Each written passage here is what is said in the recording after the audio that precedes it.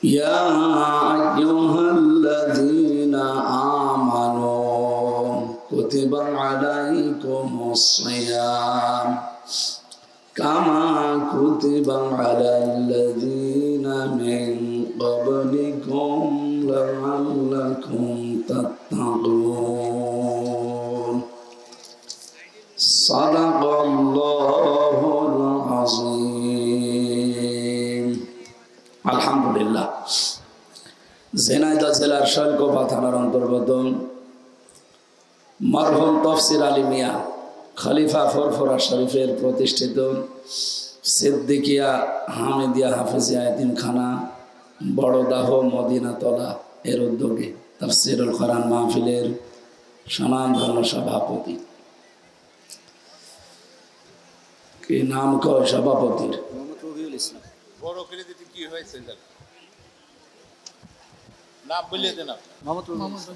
মোহাম্মদ রবিউল ইসলাম।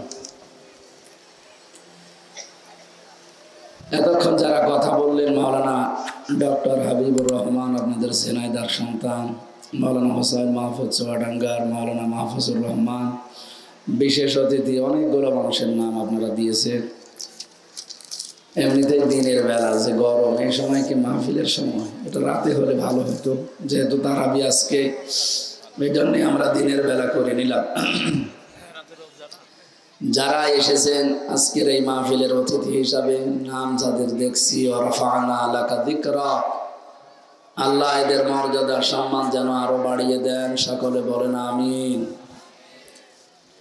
আমাদের এই অঞ্চলের অভিভাবক আমাদের অ্যাডিশনাল এসপি সাহেবের পরে সম্মানিত ওসি সাহেব দুইজনে এসেছেন, প্রশাসনের যে ভাইগুলো এসেছে, যেটা রেকর্ড হচ্ছে তো সারা পৃথিবী ছড়াচ্ছে এখন, বিশেষ করে যারা লাইভ দেখছে সারা বাংলাদেশে।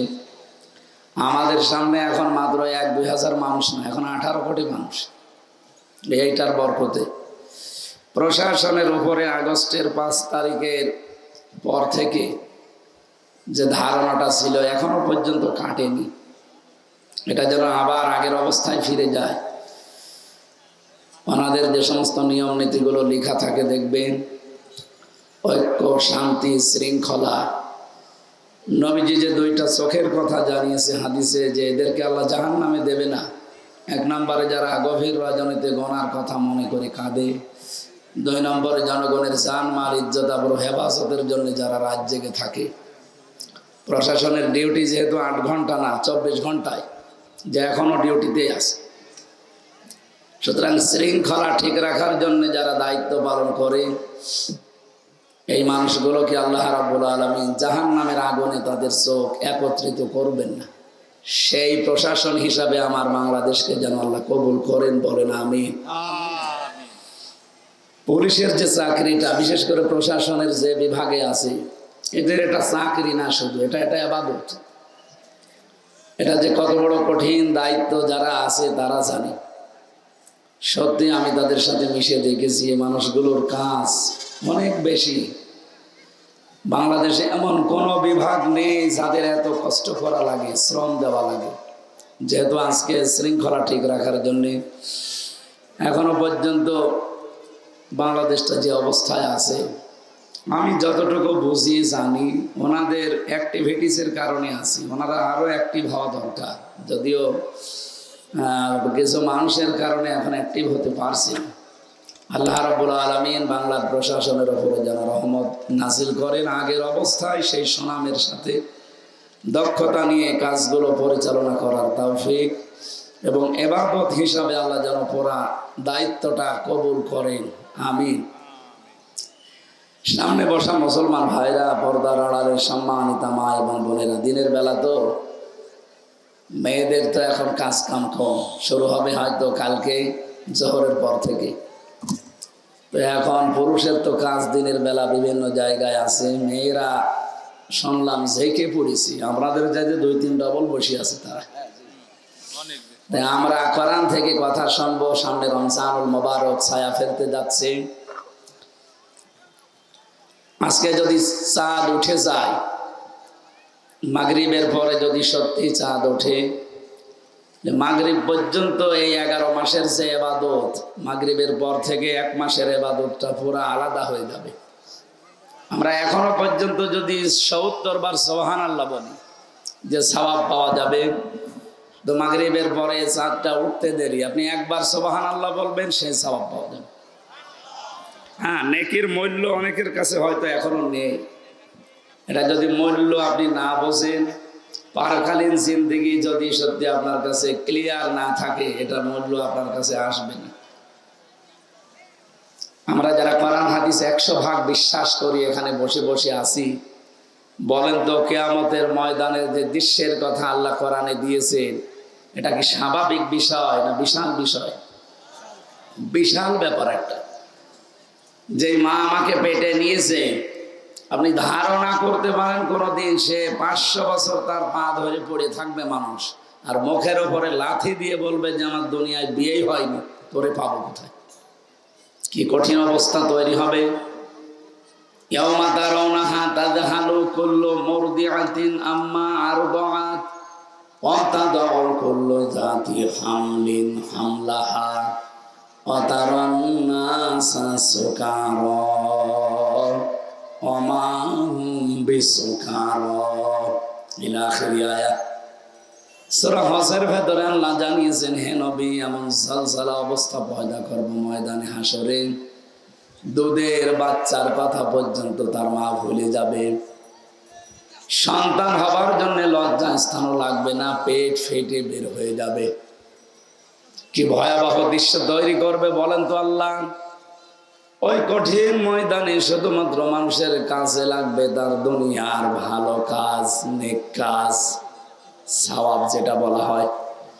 ওই জন্য দুনিয়া হ্যাঁ হ্যাঁ ঠিক আছে, দোয়া করব। জি ভাই, আপনাদের কয়টা ফুল রেখে দিয়ে মানে মানুষগুলো যখন যাওয়ার সময় যেন আমার বের করে দেয়।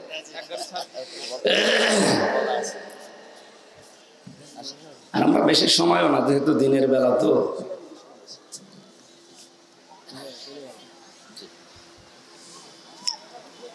ঝিনাইদাবাসী, এই যে কঠিন পরিস্থিতির কথা বললাম, কোরআনে কারিমের বর্ণনা ভাষ্য, এই অবস্থায় মানুষের শুধু কাজে লাগবে যেটা, তার নাম যেহেতু নেকি, আর এটা কামাই করার জন্য এই পৃথিবীর জমিনটা চোখ বন্ধ হয়ে গেলে নেকির কাজ করার আর কোনো সুযোগ আমাদের নেই। আছে না? নেই। সুতরাং যতদিন আছে এখান থেকে আখিরাতের পুঁজি তৈরি করে যাওয়া দরকার। আল্লাহ যেন আমাদেরকে তৌফিক দান করেন, সকলে বলেন আমিন। আজকের এই ময়দানটা, এটা ইবাদত চলছে, নয়তো কত ব্যস্ত মানুষ এখানে বসে আছে শুধু সওয়াব বৃদ্ধি করার জন্য। যেহেতু রমজানুল মোবারক সামনে আমাদের ছায়া ফেলতে যাচ্ছে, আমরা জানি রমজান 1500 বছর আগে কোরআনে কারিম নাযিল হয়েছে এই রমজানে, এই জন্য এর মর্যাদা বেড়ে গেছে। 1500 বছর আগে রমজান মাস দুনিয়ায় ছিল না? এই জবাব দিলেন না, ছিল না? তো রমজানের এই মর্যাদা, এই দাম ছিল না। যার জন্য মর্যাদা বৃদ্ধি পেয়েছে তার নাম যেহেতু কোরআন। বিয়েতে যেহেতু বরের দাম বেশি হয় বরযাত্রীর চাইতে, আমাদেরও হিসাব নিকাশ করে এখন থেকে জীবন চালানো দরকার। যে রমজান মাসের আগেও ছিল, কোনো মর্যাদাই ছিল না। হ্যাঁ, সফরের মতো, রজবের মতো, শাবানের মতো ছিল, কিন্তু কি জিনিস আল্লাহ দিলেন যে তার কারণে রমজানের দাম এত বেড়ে গেল। শাহরু রমাদান আল্লাযী উনজিলা ফীহিল কুরআন। আল্লাহ বলেন, এই সেই মাস যার নাম রমজান। এ মাসে আমি আল্লাহ কোরআন নাযিল করেছি, হুদাল লিন-নাস, মানুষের হেদায়েতের জন্য।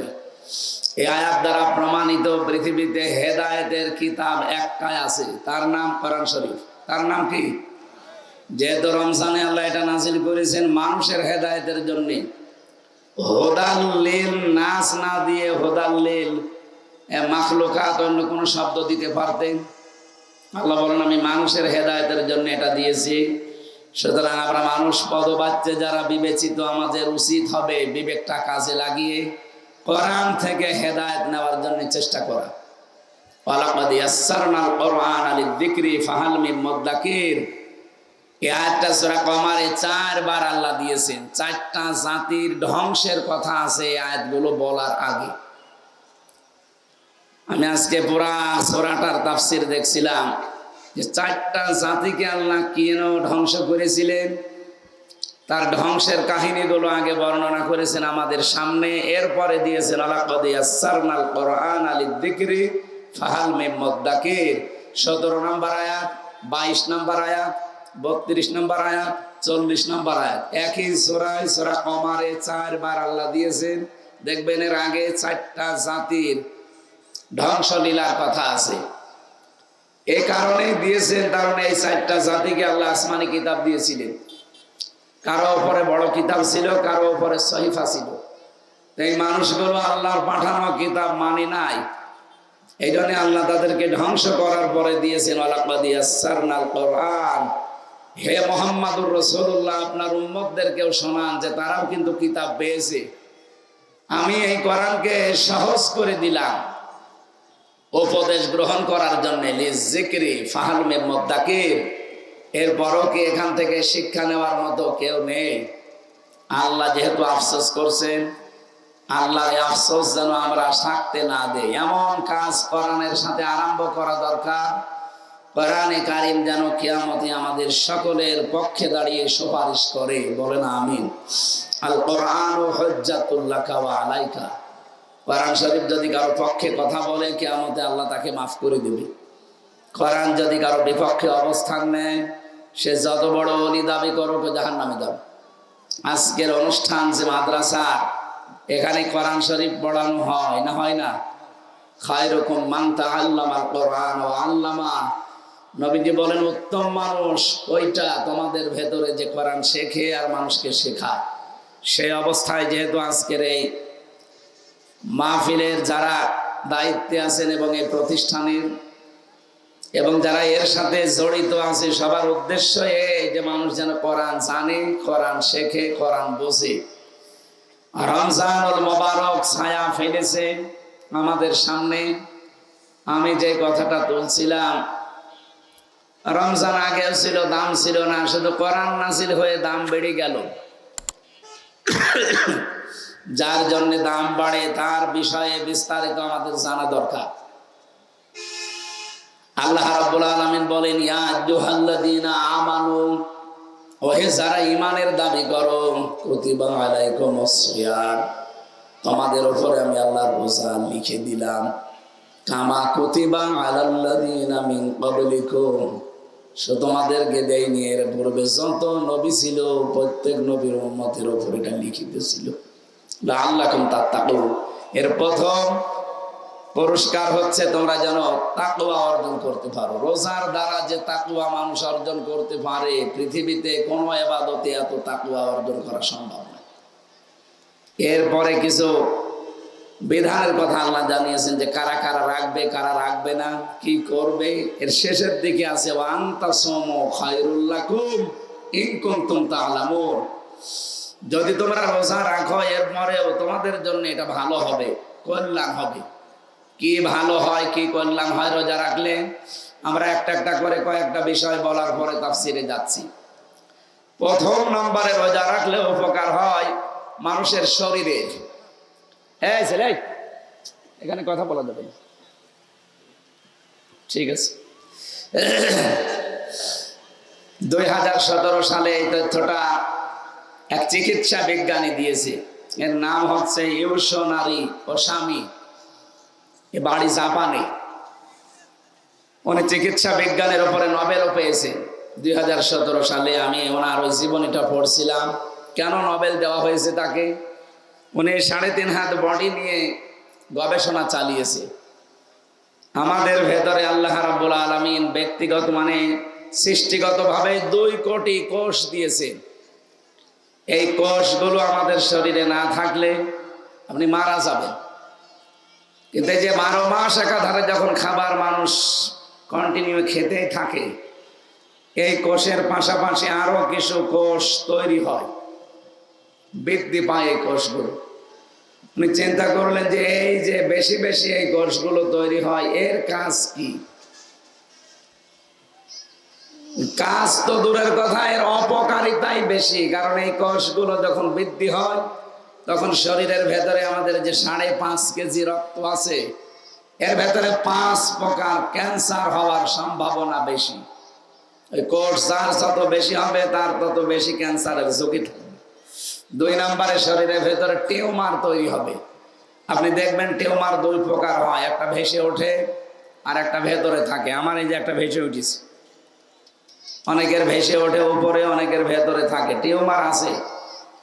এই কোষগুলো ধ্বংস যদি না করা যায় তাহলে এই 2টা রোগ, টিউমার, ক্যান্সার, বাড়তেই থাকবে।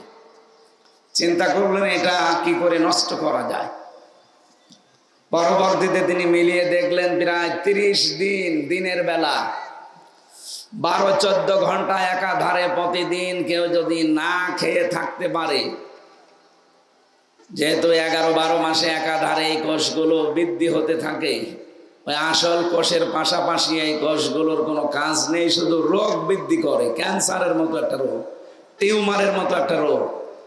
তখন আল্লাহর দেওয়া ন্যাচারাল ভাবে যে কোষগুলো আমাদের শরীরে আছে 2 কোটি, এগুলো এই আশপাশে যেগুলো তৈরি হয় এগুলো খেতে আরম্ভ করে। কারণ 12-14 ঘন্টা আপনি খাবার দেন না ভেতরে, সে খাবে কি?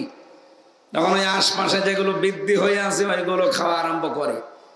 অনেক চিন্তা করে দেখলেন, গবেষণা করে, যে একাধারে যদি 30 দিন এভাবে মানুষ পালন করে তাহলে পুরা অতিরিক্ত কোষগুলো, আল্লাহর দেওয়া কোষ খেয়ে খেলে সব শেষ করে ফেলার একটাও বাকি থাকে না। অনেক চিন্তা করেছিলেন, দেখি তো এটা পৃথিবীর কোন গ্রন্থে তথ্যটা পাওয়া যায় কিনা, ধর্মীয় গ্রন্থগুলো। তিনি অনুসন্ধান করতে করতে সর্বশেষ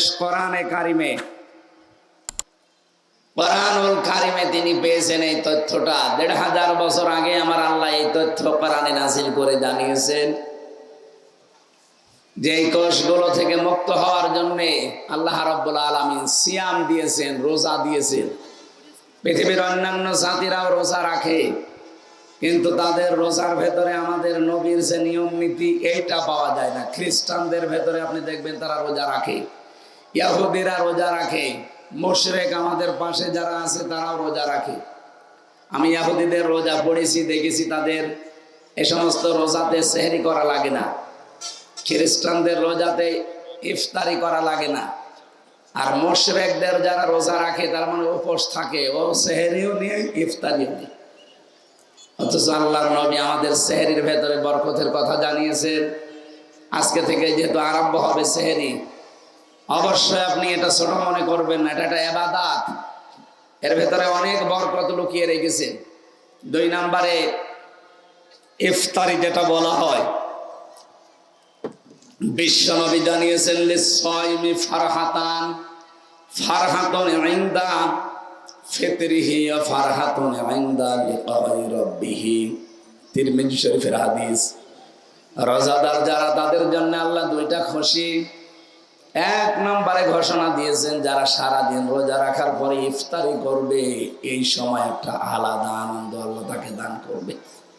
এই জন্য রোজা রেখে ইফতারি করার ভেতরে যে আনন্দ পাওয়া যায়, যেমন খুশি হওয়া যায়, রোজা না রেখে যদি কেউ চুরি করে ইফতারি করে, ওর ভেতরে কোনো আনন্দ আছে? একটা চোর ভাব লাগে, যে আসলে একটা চোর। এদের একটা আনন্দের বিষয়। একটা ফিতরাতুন শব্দের অর্থ ফিতরিহির 2টা অর্থ আছে। একটা ইফতারি করা, আর একটা ওই যে ঈদুল ফিতরের নামাজ পড়ার পরে মানুষ যখন বাড়িতে যাবে, নবীজি বলেন তখন এই মানুষটা একেবারে মনে হবে তার মা তাকে এইমাত্র দুনিয়াতে প্রসব করেছে। বলেন সুবহানাল্লাহ। এটা একটা আনন্দের বিষয়। 2 নম্বরে রোজাদারদের জন্য একটা জান্নাতে আলাদা গেট আল্লাহ বানিয়ে রেখেছেন, যেখানে সবাইকে আল্লাহ প্রবেশ করতে দেবে না। কিয়ামতের বিশাল ময়দানে রব্বুল আলামিন মানুষদেরকে ডাক দেবেন, যারা রোজার দ্বারা তাকওয়া অবলম্বন করেছে, যারা মুত্তাকি হতে পেরেছে। ইয়াউমা নাহশুরুল মুত্তাকিনা ইলার রহমানি ওয়াফদা। রব্বুল আলামিন বলেন, হাসরের ময়দানে আমি শুধু মুত্তাকি বান্দাদেরকে আমি ডাক দেব। ওয়াফদা শব্দের শাব্দিক অর্থ হচ্ছে অতিথি। এদেরকে রায়ান নামক দরজা দিয়ে প্রবেশ করিয়ে এই নারী পুরুষদেরকে আমি আল্লাহ নিজে অতিথি বানাবো। বলেন সুবহানাল্লাহ। এর পরের আয়াতে আল্লাহ আরেকটা তথ্য দিয়েছেন, ওয়ানাসুকুল মুজরিমিনা ইলা জাহান্নামা ওয়িরদা। যারা পাপিষ্ঠ, এই পৃথিবীতে আল্লাহর বিধান না মানলে এই মানুষগুলো পাপিষ্ঠ, এদেরকেও আল্লাহ কিয়ামতে ধাক্কা দিতে দিতে জাহান্নামে নিয়ে যাবে। অবস্থা হবে দুইটা, একটা হচ্ছে ওয়িরদা, এর শাব্দিক অর্থ তৃষ্ণার্ত বা ক্ষুধার্ত। এটা কেন দিলেন? মুত্তাকিদের পরে আল্লাহ জাহান্নামী মানুষদের বর্ণনা দিলেন কেন? যারা রোজা রেখে মুত্তাকি, পরহেজগারী, আল্লাহ ভীতি এগুলো অর্জন করার পরে জান্নাতে যাবে। আল্লাহর মেহমান তারা, অতিথি তারা। দুনিয়ায় যারা সমর্থ থাকার পরও রোজা রাখে না, এদেরকে আল্লাহ 1 নম্বরে ক্ষুধার্ত, 2 নম্বরে তৃষ্ণার্ত করে ধাক্কা দেবে। বহু মানুষকে আমরা বলতে শুনি ভাত থাকতে রোজা করা লাগবে। কি? আরে ভাই, রোজা তো আপনার শরীরের উপকারের জন্য দিয়েছেন। যদি সারা বছরই একাধারে খাবার খেতেই থাকেন, ওই যে কোষগুলো তো বৃদ্ধি হতেই থাকবে। শেষে দেখা যাচ্ছে রক্তের ভেতরে 5 প্রকার ক্যান্সার হয়। একটা লেগে গেছে, 14 বংশ বিক্রি করেও তখন পয়সা হবে না ঔষধের। কথা বলেন ঠিক কিনা? এই জন্য আমাদের উপকারের জন্য এটা তোমাদের জন্য উপকার আছে রোজায়। তার প্রথম উপকার এইটা, আপনি টিউমার থেকে, ক্যান্সার থেকে যদি বেঁচে থাকতে চান, রোজার বিকল্প কোনো বিধান আর দুনিয়ায় নেই। আল্লাহ এই আজকে থেকে যেহেতু আরম্ভ হবে, ফামান শাহিদা মিনকুমুশ শাহরা ফালিয়াসুমহু, তোমাদের ভেতরে কেউ যদি রোজার মাস পায়, আল্লাহ বলেন অবশ্যই সে যেন রোজা রাখে। ফালিয়াসুমহু। অথচ কত মানুষ আমরা বিভিন্ন দোহাই দিয়ে আল্লাহর এই বিধানটা শেষ করে দেব। বলো না আমার গ্যাস, রোজা রাখলে আরো গ্যাস ভালো হবে। আমার ডায়াবেটিস, রোজা রাখলে ডায়াবেটিস কন্ট্রোল হবে।